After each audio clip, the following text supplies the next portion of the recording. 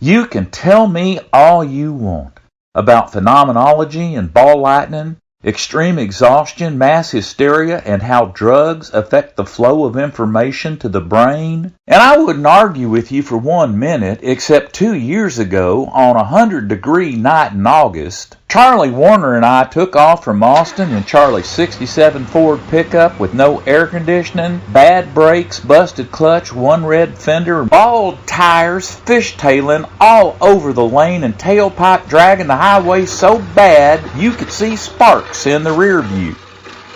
Riding with Charlie is nothing I'd wish on my worst enemy, his worst enemy's girlfriend, or her faithless ex-boyfriend. 'Cause Charlie didn't believe in bathing, brushing hair, brushing teeth, although we did brush off any advice to the contrary.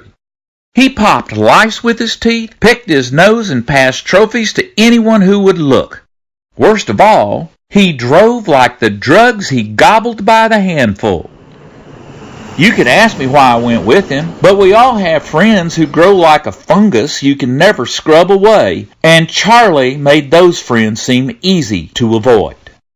I was only there 'cause Charlie, he begged me to ride shotgun so he could make a noon deadline for delivering 3 dozen hand-tooled, hand-stitched, hand-polished saddles to Memphis, or he'd lose a $50 a saddle bonus. And Charlie wanted me along to spell him in case he needed some shut-eye, which is why, just outside of Little Rock, he pulled over to switch drivers. Only I hadn't gotten any sleep myself on account of he'd been talking nonstop the whole way about aliens, alien spacecraft, alien abduction, alien autopsies, and alien conspiracies involving JFK, LBJ, FDR, IBM, 3M, the ACLU, GOP, ASAP, and the KKK.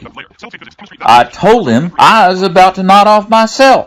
So he reached into his stash bag filled with bennies, dexies, hexies, poppers, hoppers, horn dogs, reefer, reds, roofies, and rope. Not the substance marijuana, mind you, but real hemp rope that he could unravel and roll when he was too broke to buy anything else. He handed me 3 black capsules, and I said, "What are they?" And he said, "You don't want to know."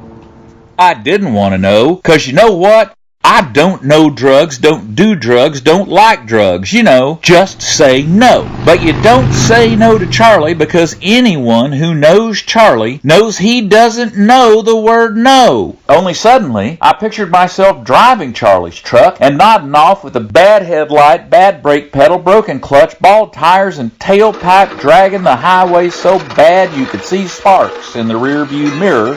And that gave way to a picture of my fiery death on the side of the highway. So I took 6 of them. Before you know it, that truck was just way too slow for the road. But the stars was up right by, and I had the pedal to the metal and no company at all except for Radio Nashville. And I hate country western music where everybody 2 steps and 2 times with everybody's wife, ex-wife's best friend, and her husband, drunk husband, ex-con ex-husband, dog, dirty dog, drunk dog, lazy dog, son of a dirty dog, and first, second, third, fourth, and kissing cousin, until sooner or later there's a DIVORCE, not to mention a BARFITE, and they all cross the line, cross the law, and cross my heart. They all go from the courtroom to Folsom Prison between verses to finish with a chorus of Amazing Grace, How Sweet the Sound, and about halfway from Little Rock to the Tennessee state line on this empty patch of highway with no lights, no stars, no moon, no clouds, no visibility, and no hope of making it to Memphis by deadline. I just missed crashing into a big glowing rock in the middle of the highway.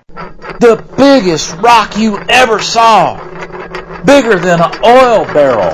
After inflation. No, it was bigger than a boulder. Bigger than a Hummer. The big Hummers that get half a mile a gallon. Hell, it was bigger than Donald Trump's ego and bank account put together. Did I say it was big? It was bigger than the stock market when it broke 20,000, and it was right in the middle of the highway. Only glowing, for Christ's sake.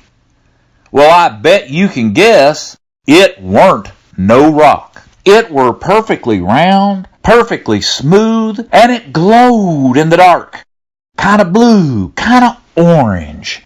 I nudged Charlie in the ribs, and he said, "What the—" Okay, you can substitute just about any word you want, because if it would make a minister, rabbi, or priest blush, for that matter, if it would make a sailor, hooker, or trucker blush, Charlie would say it. Anyway, he said, "What the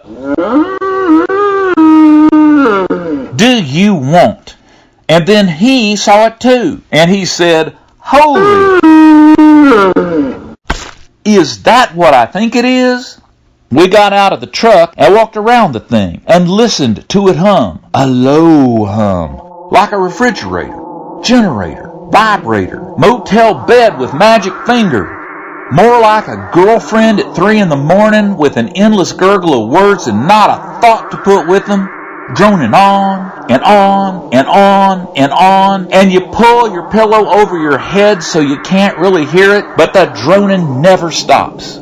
Besides, we couldn't find no opening, even though Charlie hit his fist all over the surface of the thing. So Charlie, he got his tire iron out and banged it, whacked it, kicked it, cried it, cursed it, and banged it again, and nothing happened. Nothing would open. We did this all night long, banging and crying and swearing and hollering. "Open the door, will you? 'Cause we got business. We got to get back on the road."